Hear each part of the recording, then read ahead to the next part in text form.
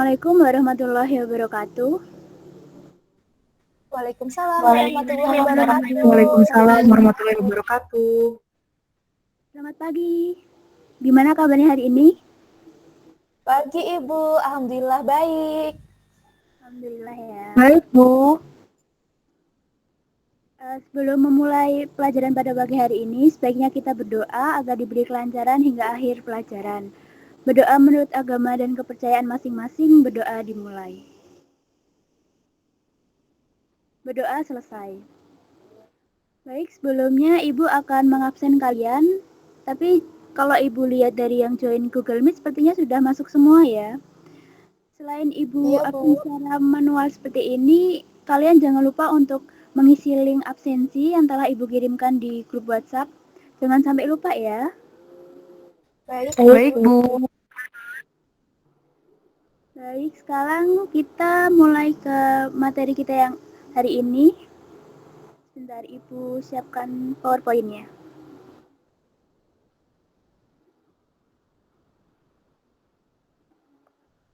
Apakah PowerPoint Ibu sudah terlihat? Sudah, Bu. Sudah, Bu. Hari ini kita akan mempelajari tentang sistem penyimpanan arsip. Sebelum kita mulai ke sistem penyimpanan arsip, kita mengingat dahulu apa itu arsip. Arsip adalah catatan rekaman kegiatan atau sumber informasi dengan berbagai macam bentuk yang dibuat oleh lembaga, organisasi maupun perseorangan dalam rangka pelaksanaan kegiatan.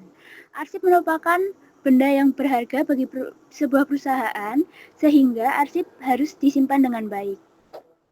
Lalu, penyimpanan arsip atau filing system adalah rangkaian kegiatan yang mengatur dan menyusun arsip-arsip dalam suatu tatanan yang sistematik dan kegiatan penyimpanan serta merawat arsip untuk digunakan secara aman dan ekonomis.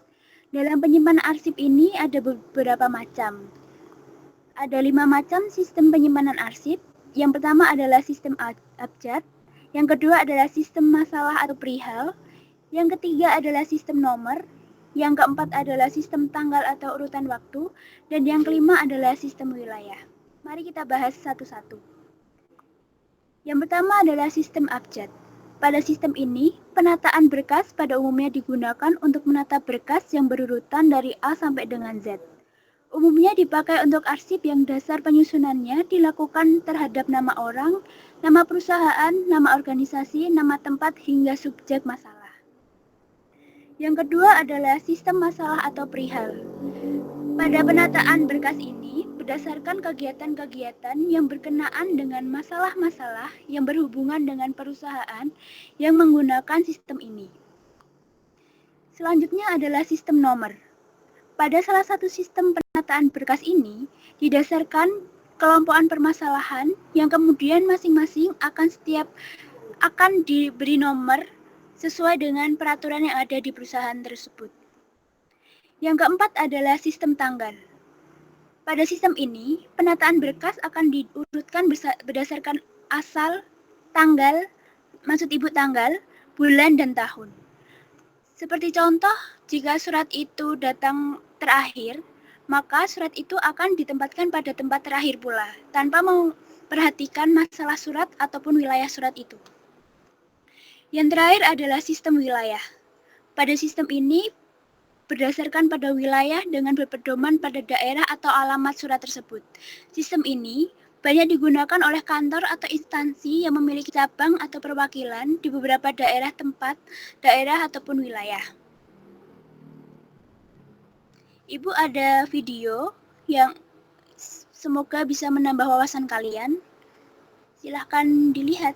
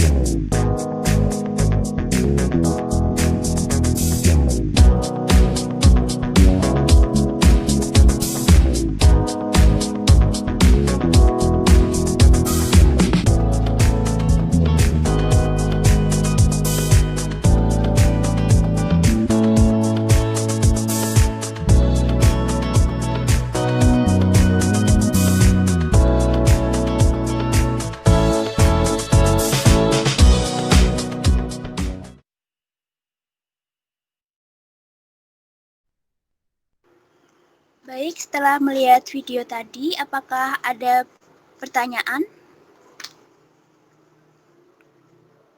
Saya, Bu. Oh ya, sebutkan nama dan nomor absen, saya- Mbak. Nama saya Sinta Nurdianti, absen 20. Saya Ya, ingin silakan. bertanya, apa kelebihan dari filling system abjad ya, Bu? Seperti itu. Baik, Mbak Sinta, pertanyaan yang bagus. Saya jawab ya, Mbak. Kelebihan dari sistem abjad itu sendiri adalah karena penataannya yang sederhana, jadi pencariannya pun mudah dan cepat. Penyimpanannya pun juga mudah dan cepat, Mbak, karena memang caranya itu hanya menggolongkan surat berdasarkan nama, dan itu pun sangat cepat dan mudah untuk dilakukan. Dan peralatan yang diperlukan pun tidak ribet, Mbak. Jadi bisa ditemukan di kantor-kantor untuk peralatan penyimpanan arsipnya. Begitu Mbak Sinta, apakah jawaban saya bisa membantu? Baik, Bu. Terima kasih jawabannya. Baik Mbak, ada yang ingin bertanya lagi? Saya, Bu. Ya silahkan Mbak, nama dan nomor absen. Saya Nisa, nomor absen 16. Pertanyaannya, permasalahan apa saja yang terjadi pada penyimpanan arsip sistem wilayah? Baik, pertanyaan yang bagus Mbak Nisa. Saya jawab, permasalahan yang sering terjadi pada sistem wilayah adalah kebanyakan surat tidak tertulis alamat lengkap, jadi menyulitkan petugas untuk mengklasifikasikannya. Ada beberapa petugas yang tidak begitu mengerti batas-batas wilayah dan kurang mempunyai pengetahuan tentang letak geografi. Begitu Mbak Nisa.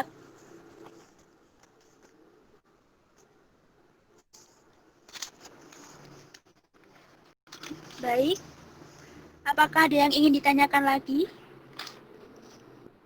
Sepertinya sudah tidak ada yang ingin bertanya. Kalau begitu, Ibu akan bertanya. Tadi kita sudah membahas tentang pengertian arsip dan macam-macam penyimpanan arsip. Ibu mau tanya tujuan dari penyimpanan arsip itu apa ya? Ada yang bisa bantu menjawab? Kalau tidak, Ibu Bu. akan menunjuk ya. Oh ya Mbak Yona silahkan. Iya, saya ingin membantu menjawab. Jadi, tujuan dari penyimpanan arsip itu kurang lebih ada 6. Pertama, supaya arsip terpelihara dengan baik, teratur, dan aman. Kedua, jika diperlukan, dapat ditemukan dengan cepat dan tepat. Ketiga, menghilangkan pemborosan waktu dan tenaga. Keempat, penghematan tempat penyimpanan. Kelima, menjaga rahasia arsip. Dan yang terakhir, menjaga kelestarian arsip. Maaf apabila ada kesalahan, Bu. Bagus sekali jawabannya Mbak Yona. Pasti Mbak Yona sudah paham ya. Bagus Mbak Yona. Selanjutnya, untuk melihat seberapa jauh pemahaman kalian tentang materi hari ini, Ibu adakan kuis. Kuis melalui Google Form. Ini linknya dan Ibu sudah membagikan linknya di WhatsApp group. Ibu berikan waktu pengerjaan 2 menit dimulai dari sekarang. Apakah sudah selesai mengerjakannya? Sudah, Bu. Baik. Bu, Sudah, Bu. Semoga hasilnya bagus ya. Nanti yang dapat menilai tertinggi akan Ibu kasih hadiah. Selanjutnya kita masuk ke kesimpulan. Ibu ingin mendengar pendapat kalian tentang kesimpulan pembelajaran pada hari ini. Ibu akan tunjuk salah satu dari kalian untuk menyimpulkan pembelajaran pada pagi hari ini. Ibu ingin Mbak Indah untuk menyimpulkan pembelajaran pada pagi hari ini. Silahkan Mbak.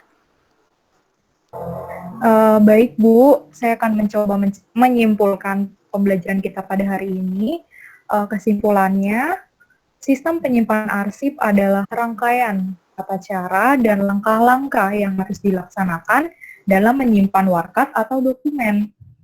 Sehingga jika diperlukan lagi, warkat atau dokumen itu dapat ditemukan kembali secara tepat dan cepat. Nah, untuk sistemnya itu ada 5. Ada sistem abjad, sistem wilayah, sistem tanggal, sistem nomor, dan yang terakhir sistem subjek. Seperti itu, Bu. Baik, jawaban yang bagus sekali Mbak Indah. Saya akan menambahkan jawaban dari Mbak Indah. Benar sekali apa yang dikatakan Mbak Indah, dan dari 5 sistem penyimpanan arsip tersebut pasti memiliki kekurangan dan kelebihannya masing-masing. Jadi, bagaimana perusahaan tersebut pandai memilih sistem penyimpanan yang sesuai dengan perusahaannya dan tidak memberatkan karyawannya. Selanjutnya, Ibu ada tugas untuk kalian untuk minggu depan. Praktikkan salah satu sistem penyimpanan arsip, kemudian kirimkan foto hasil penyimpanan arsip tersebut ke email Ibu, yuliawatisukma@gmail.com, dan ini bersifat tugas individu ya anak-anak, dan minggu depan Ibu mohon kalian untuk mempresentasikan hasil kalian. Jika sudah tidak ada yang ingin bertanya dan sudah jelas semua, Ibu kira pembelajaran pada pagi hari ini cukup, dan semoga bisa menambah wawasan kalian, tetap semangat dan tetap jaga kesehatan. Jika ada kesalahan, Ibu mohon maaf. Wassalamualaikum warahmatullahi wabarakatuh. Waalaikumsalam warahmatullahi wabarakatuh. Terima kasih, Bu.